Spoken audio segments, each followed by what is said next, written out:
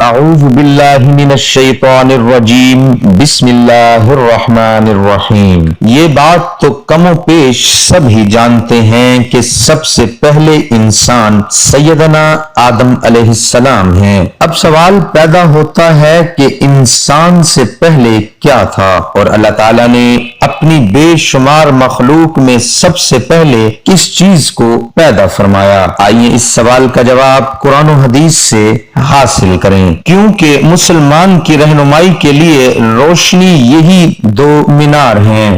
جناب رسول اللہ خاتم النبیین صلی اللہ علیہ وآلہ وسلم نے ارشاد فرمایا، میں تمہارے درمیان دو چیزیں چھوڑ رہا ہوں، جب تک تم ان کو پکڑتے رہو گے یعنی ان پر عمل کرتے رہو گے تو تم ہرگز گمراہ نہ ہوں گے۔ ایک اللہ کی کتاب قرآن مجید، دوسرے رسول اللہ صلی اللہ علیہ وآلہ وسلم کی سنت۔ لہذا آئیے ہم سب سے پہلے قرآن کریم سے رہنمائی حاصل کریں۔ ارشاد خداوندی ہے، اور وہی ہے جس نے آسمانوں اور زمینوں کو 6 دن میں پیدا کیا اور اس کا عرش پانی پر تھا، یعنی آسمان و زمین کی پیدائش سے پہلے پانی مخلوق ہوا۔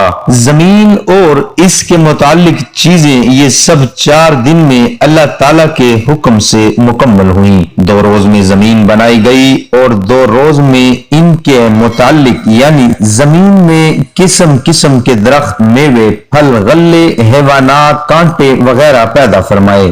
زمین اور اس سے متعلق اشیاء کی پیدائش کے بعد اللہ تعالیٰ نے آسمانوں کی طرف توجہ فرمائی۔ آسمان کے وجود میں آنے سے پہلے سارا خلا دھوئیں کی طرح تھا۔ اس سے اللہ تعالیٰ نے 7 آسمان بنائے، پھر آسمان اور زمین کے ملاپ سے دنیا بنائی گئی۔ آسمان سے سورج کی شعاعیں آئیں، گرمی پڑی، ہوائیں اٹھی، ان سے گرد اور بھاپ اوپر چڑھی، پھر پانی بن کر میہ برسا، جس کی بدولت زمین سے طرح طرح کی چیزیں پیدا ہوئیں۔ زمین و آسمان کے متعلقہ یہ سب کام اللہ تعالیٰ نے 6 دن میں مکمل فرمائے، جیسا کہ فرمایا گیا، بے شک تمہارا رب اللہ ہے جس نے آسمانوں اور زمینوں کو 6 دنوں میں پیدا کیا۔ قرآن کریم کی بیان کردہ ان آیتوں میں سے آیت جس کا ترجمہ یہ ہے، یہ بھی معلوم ہوا کہ زمین پر اللہ تعالیٰ نے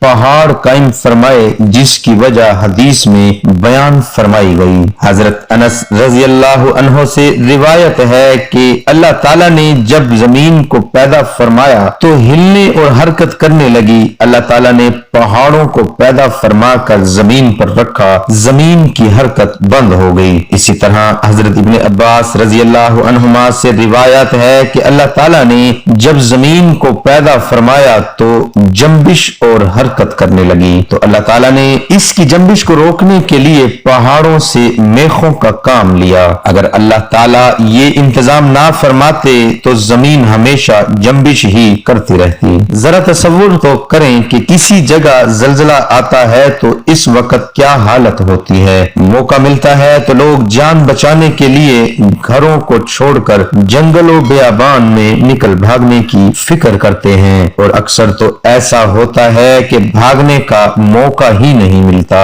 لوگ سوتے سوتے لقمہ اجل بن جاتے ہیں۔ اگر اللہ تعالیٰ زمین کی جنبش روکنے کے لیے پہاڑوں کو اس پر قائم نہ فرماتے تو کیا ہوتا؟ یہ اللہ تعالیٰ کا ایک نظام ہے۔ اللہ تعالیٰ کے ہر کام میں بہتری ہے۔ اللہ تعالیٰ سے دعا ہے کہ اللہ تعالیٰ میرا سنانا اور آپ کا سننا اپنی بارگاہ رسالت میں قبول اور منظور فرمائے۔ آمین ثم آمین۔